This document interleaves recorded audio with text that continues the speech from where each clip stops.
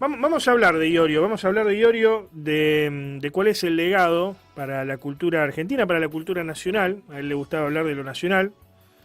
De hecho, el heavy metal es un término, es una música y un término anglosajón, ¿no? Pero que él lo va a argentinizar y le va a decir metal pesado. O música pesada, metal pesado. Y los seguidores, cuando vos hablas, te dicen, sí, nosotros somos del heavy nacional. Es como un subgénero del heavy metal mundial que tiene que ver con la Argentina. Inclusive, independientemente del rock nacional, ¿no? Ellos no se consideran parte del rock nacional. No por sectarios, ¿no? Sino porque simplemente no coinciden con la filosofía del rock nacional. Pero bueno, vamos a hablar con alguien que entiende de estos aspectos, los culturales y los comunicacionales. Me refiero a Lucas Carena, el licenciado Lucas Carena, que ya está en contacto con nosotros. ¿Cómo estás, Lucas? Buenas tardes. ¿Cómo estás? ¿Cómo estás, Antonio? Muy bien, gracias por atendernos. ¿Cuál es el legado? Arrancamos así. ¿Cuál es el legado de Ricardo Iorio, Lucas?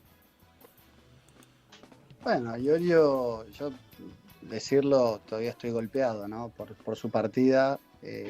Vos sabés que él cerró con un show el 14 de octubre acá en el Anfiteatro Municipal de Rosario. Y nosotros veníamos hablando con Martina Yerbe y, bueno, a través de él con Ordóñez, que oficiaba de su manager, como para poder comer un asado con él el día lunes, que era feriado, Ajá, después del show, mirá vos. en el Club San Martín. De hecho, nosotros llegamos a reunirnos todos, después, bueno, por cuestiones de agenda no se pudo concretar y el 24 de octubre se nos fue Iorio, sí, que fue, como vos decís, un emblema, alguien que no transó nunca con el sistema. Eso yo creo que es lo más rescatable de toda una trayectoria, no solo como artista, sino como persona, y alguien que si hay algo que no se le puede criticar es ningún aspecto relativo a su coherencia, es decir, una Mm. coherencia interna impresionante. Digamos que Esto, la coherencia siempre fue, y acá lo cultural es muy importante, ¿no? Porque tener esta postura es una perspectiva cultural. Siempre la postura de él fue contestataria, va a definirlo en algún momento, va a definirla en algún momento, pero también, digamos, contra los gobiernos en funciones. O sea, desestimando esta idea de el referente cultural o de pensamiento, o musical inclusive, orgánico, ¿no? Hablando en sentido gramsciano del término, como después pasó con el kirchnerismo, como pasó con el alfonsinismo. Él siempre estuvo en contra en ese aspecto de lo oficial, ¿no? De la bajada de línea. sí, digamos, Iorio logró hacer de la transgresión un hecho patriótico. Es decir, él no necesitó caer en los lugares comunes de la demagogia progresista Ujú. para poder dar un mensaje a la juventud de transgresión y de autodeterminación. Él tomó la celeste y blanca, tomó Malvinas, y esos fueron sus símbolos, sus íconos, y lo demostró en toda su trayectoria, ¿no? O sea, recordémoslo, fundador de B8 en el año 79, de Hermética en el 88, Almafuerte en el 95. Es decir, tiene un desarrollo musical impresionante. Él llegó a ser, Antonio, no lo olvidemos, telonero de Motorhead y Black Sabbath. Black Claro. Sabbath, que comparan hoy, es un poco el fundador del género, del subgénero del metal a nivel internacional. Ujú. En el 2005 llegó a tocar ya con Almafuerte, fundada en el año 95, 10 años después llegó a tocar con Megadeth. Te quiero decir que, digamos, él en ese subgénero como ninguno explotó en nuestro país y se convirtió en un ícono, pero lo hizo siempre en esa posición de transgresión. Para la revista Rolling Stone, en el año 2000 hizo declaraciones que le valieron una querella y una demanda de la DAIA Ujú. y del INADI.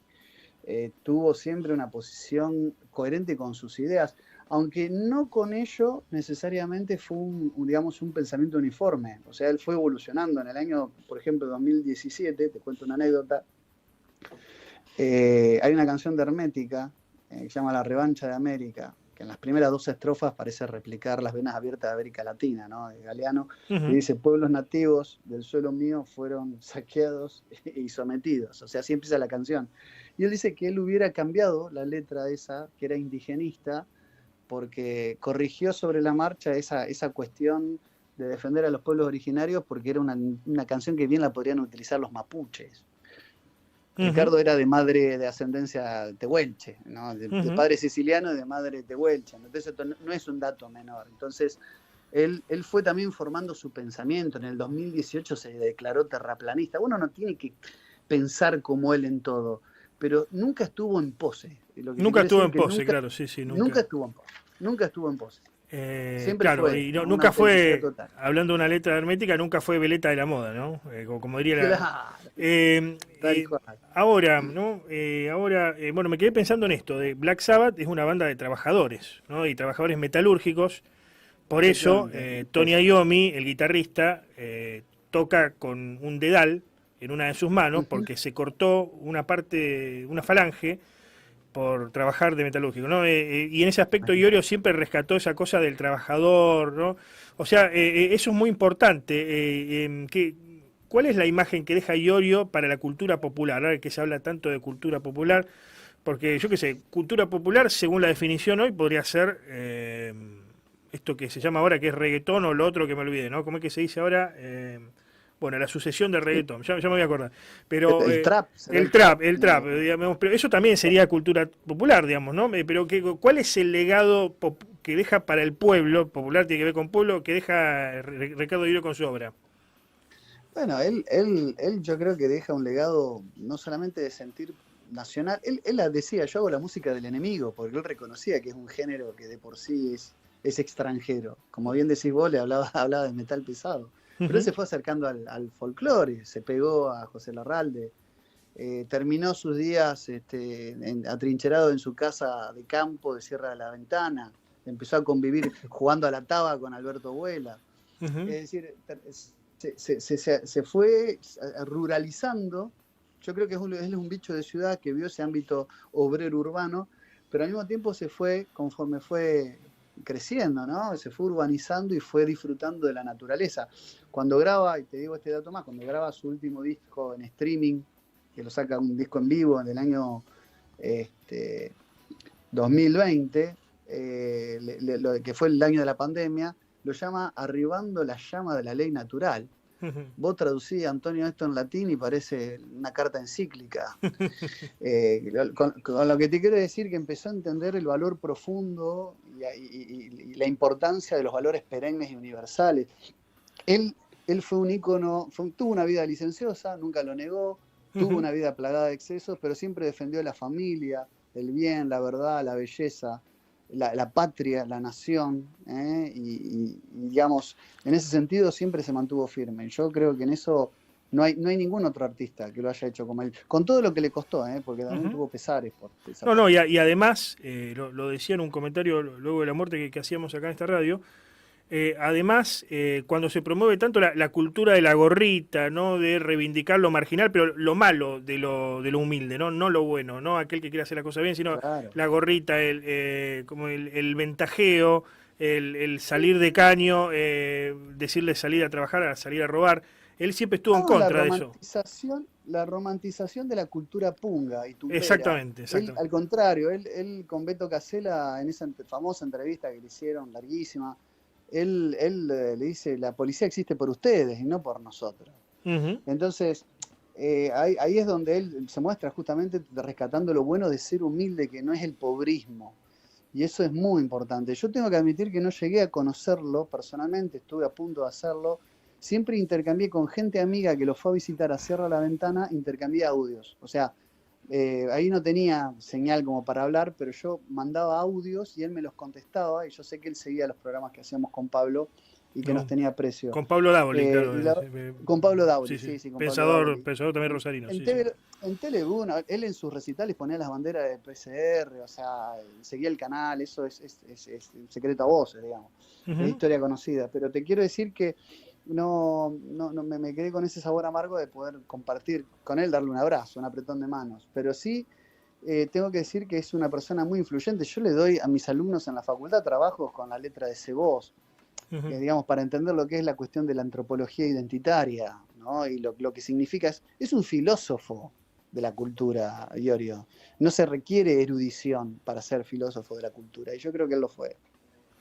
Bien, bien, bien. Si lo tuvieras que definir, ¿qué era Iorio? Digamos, conservador, era progresista, ¿no? Porque en algún Ah, momento sale, en los 90 sale a defender a las madres de Plaza de Mayo cuando nadie las defendía, ¿no? Porque esta cosa que siempre tuvo de ir contra lo establecido, ¿no? Cuando estaba de moda el menemismo, el neoliberalismo durísimo, la privatización, él estaba en ese lado.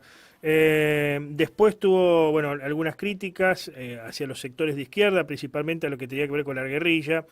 Él decía, prefiero a Zinedine antes que el Che Guevara. ¿Qué, ¿Cómo se lo podría definir? ¿Conservador, progresista? Según los cánones que hoy estamos acostumbrados a utilizar para definir a alguien. Sí, efectivamente, como decís vos, en el álbum Piedra Libre él homenajea a Zinedine, pero estamos hablando de una época donde todavía estaba muy fresco el tema de la revuelta carapintada, o sea, que después Zinedine es indultado, y esto le valió muchas críticas, mucha persecución de la prensa. ¿Cómo lo definiría? Yo creo que es un nacionalista, un patriota en el mejor sentido de la expresión, alguien que quiso profundamente a su pueblo. Y los que lo siguen auténtico como fue. O sea, si hay una palabra con la que definirlo es autenticidad, total, cruda. Y eso es algo que falta en una Argentina que hoy estamos en un proceso electoral donde se está mostrando todo lo contrario. La autenticidad, bueno, cuesta caro, pero a largo plazo yo creo que es la mejor de las formas de hacer patria. Así que yo lo defendería como un hombre nacionalista y auténtico. Autenticidad sin poses. Sí, Muchas gracias Lucas por esto. Sabemos que estaba ocupado, pero bueno, queríamos pedirte tu comentario sobre este particular, ¿no? gracias, Antonio. Abrazo grande. Gracias.